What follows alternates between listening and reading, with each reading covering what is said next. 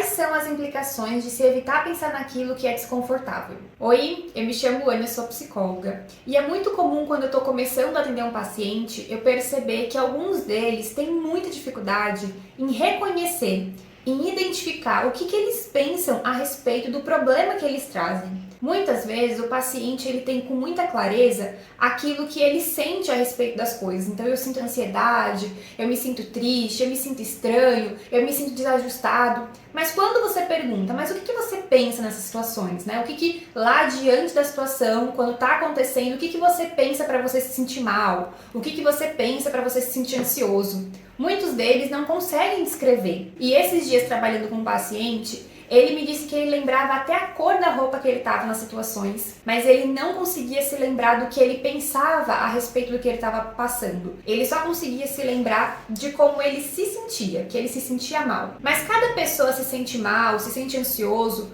por questões particulares. Um pensamento que para você pode ser muito difícil, para mim ele pode ser mais tolerável e inclusive me potencializar em coisas diferentes do que seriam para você. Por isso que é muito importante a gente olhar para o conteúdo do que o paciente está pensando. E nesse sentido, se você é uma pessoa que tem dificuldade de olhar para aqueles pensamentos que te deixam desconfortáveis, porque muitas vezes eles são pensamentos que foram ensinados pra gente como pensamentos ruins, né? Vira essa boca pra lá, não fala isso, não pensa isso. Só que esses pensamentos e essas emoções desconfortáveis, elas estão sinalizando algo pra gente. Então, se toda vez que você vai na casa da sua mãe, você se sente ansioso, mas você não sabe o porquê que você se sente ansioso, o que é que você pensa quando você tá lá, dificilmente a gente vai conseguir chegar no que causa essa ansiedade.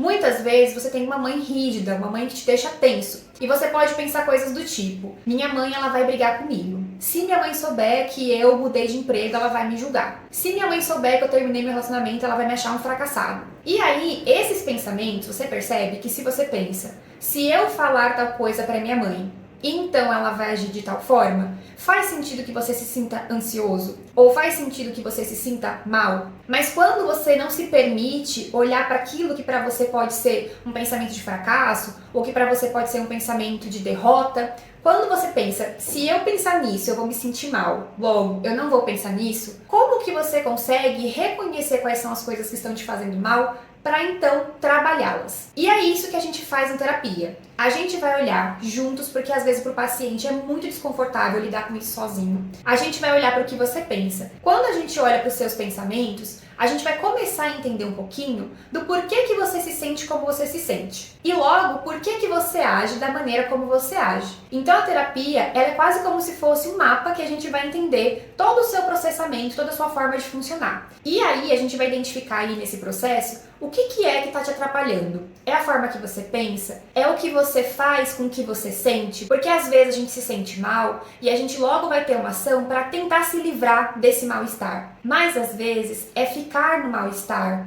entender por que a gente está ficando nessa sensação de tristeza ou de desamparo, que vai fazer com que a gente consiga escolher como agir diante disso. Então, se você é uma pessoa que tende a fugir muito das suas emoções, dos seus pensamentos, o meu convite aqui é para que você reflita. Será que não é exatamente isso que não tem te permitido agir diferente? Porque quando você pensa ou quando você sente, você logo foge dessa emoção ou desse pensamento, você perde a chance de aprender, de entender e de escolher agir diferente. Então eu espero muito que esse vídeo faça sentido por aí e que ele vá te sinalizando que talvez não é fugir que seja a melhor escolha, mas poder olhar de frente para essa emoção ou para esse pensamento, destrinchar ele, entender por que ele está aí, para então conseguir agir e se sentir de uma forma diferente. Caso ouvindo esse vídeo você tenha se identificado, mas sinta que é muito difícil para você encarar esses pensamentos e essas emoções sozinho, busque uma ajuda profissional. Na terapia você vai poder olhar para isso com cuidado e diante desses desconfortos poder desenvolver ferramentas para melhorar isso que tem te incomodado. É isso, um beijo e a gente se vê amanhã.